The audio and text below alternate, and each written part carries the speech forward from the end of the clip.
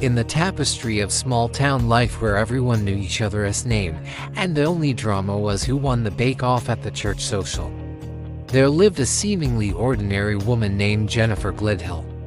Her days revolved around her two kids, her job at the local school cafeteria, and her position as a devoted member of her tight-knit community.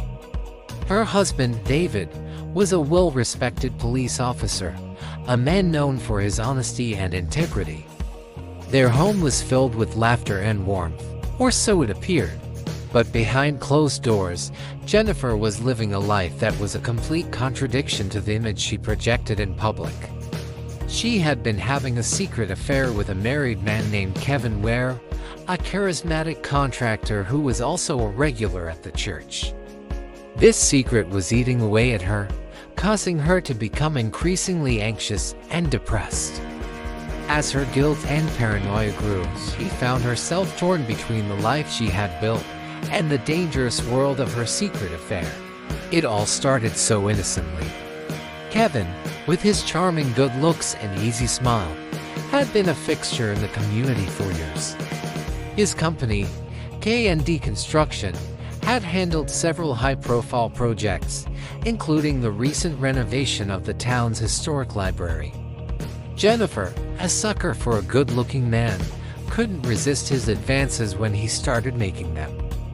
At first, their interactions were harmless, just friendly banter over cups of coffee at the local diner. But soon those coffees turned into lunches, then dinners, and finally into a full-blown affair. Their trysts were a mix of passion and guilt.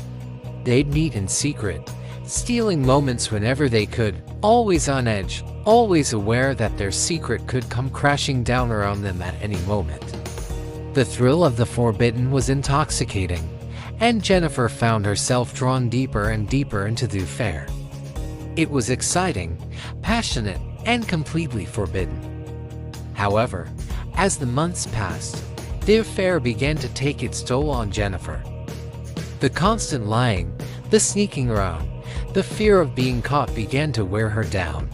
She started confiding in her sister, telling her about the affair and asking for advice. Her sister, shocked and appalled, urged her to end it, warning her of the potential consequences. Meanwhile, Kevin, too, was struggling. Torn between his wife and his lover, he began to feel the weight of his double life. The guilt he felt towards his wife and the fear of exposure were constantly on his mind. Despite this, he couldn't bring himself to end the affair. He was too enamored with Jennifer. As the affair continued, tensions began to rise. The lies they told their families and friends grew more complex. The fear of exposure loomed larger, casting a long shadow over their secret trysts. The joy they once found in their stolen moments was now tainted with anxiety and dread. Jennifer, in particular, became increasingly agitated. She started having panic attacks, always expecting someone to uncover their secret. She even began seeing a therapist to help her cope with the stress. The breaking point came unexpectedly. One evening, Jennifer, overcome with a mixture of fear, anxiety, and desperation, confronted Kevin. She demanded that he choose between his wife and her, giving him an ultimatum. This confrontation revealed the depth of their feelings for each other and the precariousness of their situation. But it also pushed them to the edge.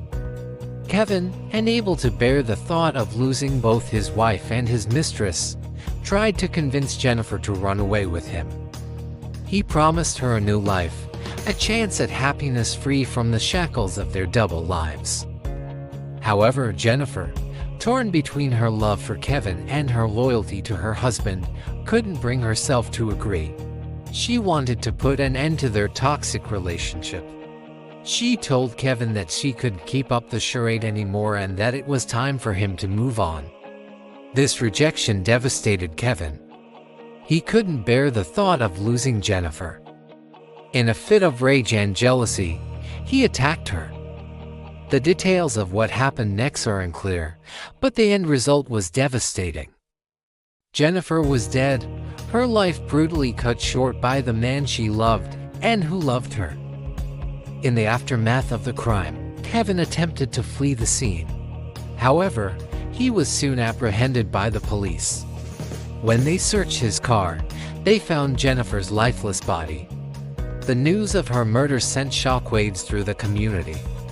Everyone was stunned. They couldn't believe that such a horrible crime could have been committed in their quiet town. As detectives delved deeper into the case, they discovered the affair, pulling back the curtain on Jennifer's double life. Her friends and neighbors who thought they knew her were left stunned. They couldn't comprehend how someone they considered kind and friendly could be involved in such a tumultuous relationship. The investigation revealed that Kevin had acted alone. There was no one else involved in the murder. He was charged with first-degree murder and was later sentenced to life in prison without the possibility of parole. At the trial, it came out that Jennifer had decided to end her affair with Kevin after confronting him about his inability to choose between his wife and her. This rejection, coupled with Kevin's anger issues, which had been brought to light during the investigation, led to the fatal altercation. The prosecution argued that Kevin, driven by a jealous rage, had attacked Jennifer, ending her life. The defense, while acknowledging Kevin's guilt, tried to portray him as a man who had been pushed to the edge by an impossible situation. The verdict was unanimous. Kevin was guilty of murdering Jennifer Gledhill. The sentence, life in prison. In the weeks following the trial, the community began to heal. They came together at vigils and fundraisers, remembering Jennifer not for her secret life, but for the positive impact she'd had on those around her. The murder shook them to their core, but it also brought them closer together. They mourned the loss of their friend and neighbor, but they also began to understand that even in the most seemingly perfect of lives, there are often hidden complexities. The case of Jennifer Gledhill remains one of the most haunting examples of how a secret life can spiral into tragedy. It serves as a reminder that appearances can be deceiving and that even in the most idyllic of settings, darkness can lurk just beneath the surface. Her story has become part of the true crime legacy, a cautionary tale whispered around campfires and discussed in hushed tones. Long after the trial concluded, Jennifer's name echoed in the halls of the courthouse, in the somber eyes of her family and in the hearts of a community forever changed by her story. Jennifer's affair with Kevin, her desperate attempts to end it, and his subsequent murder trial captivated the nation. It wasn't just the shocking nature of the crime that drew attention, but also the realization that it could happen anywhere, shattering the illusion of safety in everyday life. In the courtroom drama, Jennifer's character was portrayed by a talented actress known for her ability to embody complex characters. The role was a departure from her usual light-hearted roles, showcasing her versatility and dramatic range.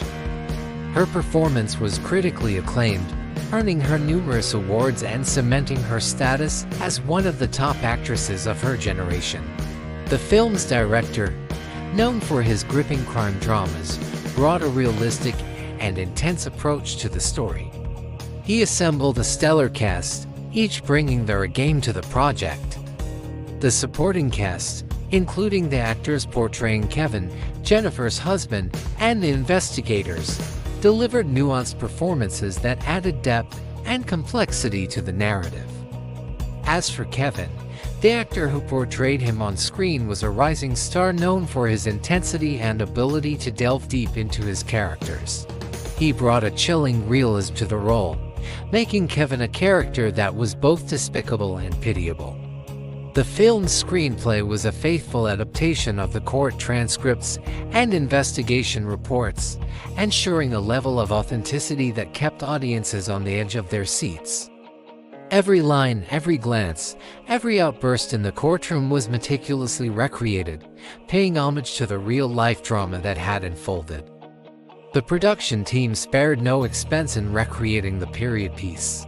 The attention to detail was astounding, from the 1980s fashion and hairstyles to the vintage cars and music. Even the settings were chosen to evoke the era, transporting the audience to a time when cell phones were a rarity and personal computers were just starting to make their mark. As the movie reached its climax, the courtroom scenes became increasingly intense. The tension built with every witness testimony, every piece of evidence presented. The performances of the lead actors were nothing short of mesmerizing, pulling the audience into the emotional turmoil of the trial. The verdict scene was particularly powerful. As the jury delivered their decision, the courtroom erupted. Gasps, murmurs, and cries filled the room, mirroring the reaction of the real-life courtroom. The scene was not just a pivotal moment in the film, but a testament to the strength of the storytelling and acting. In the end, Double Lives didn't just tell the story of a crime. It was a study of human nature, a reflection of the complexities of love, betrayal, and the search for justice.